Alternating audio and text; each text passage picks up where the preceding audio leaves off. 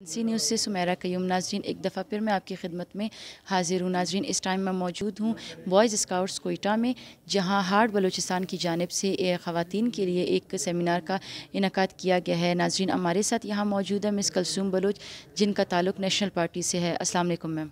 वालेकुम अस्सलाम।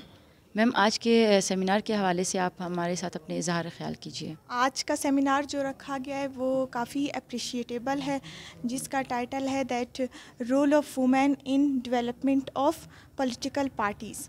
सबसे पहले तो मैं ये कहना चाहूँगी कि ये जो प्रोग्राम रखा गया है ये एक बहुत ही पॉजिटिव इक़दाम है हमारे लिए, क्योंकि इससे हमें अवेयरनेस होगी कि जो बाकी पॉलिटिकल पार्टीज़ है बलूचिस्तान में उनका क्या रोल है, वो अपनी ख़वातीन को कितना आगे लाती है, कितना फ्रंट लाइन पे लाती है पॉलिटिकल किरदार अदा करने के हवाले से।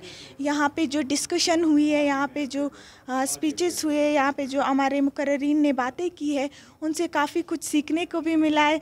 काफ़ी हम पे तनकीद भी की गई है सोशल एक्टिविस्ट्स और सिविल एक्टिविस्ट्स की तरफ से कि भाई आपकी पार्टी में, कोई कहता है कि आपकी पार्टी में मेरिट नहीं है कि बलूचिस्तान में पॉलिटिकल पार्टीज़ में, कि वो फैमिली बैकग्राउंड को देख के कि आपके फैमिली मेंबर्स को आगे लाती है।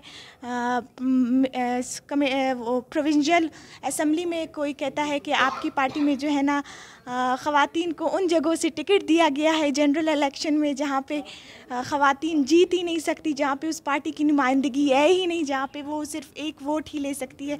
तो ये काफ़ी फ्रूटफुल प्रोग्राम रहा है, अभी भी चल रहा है।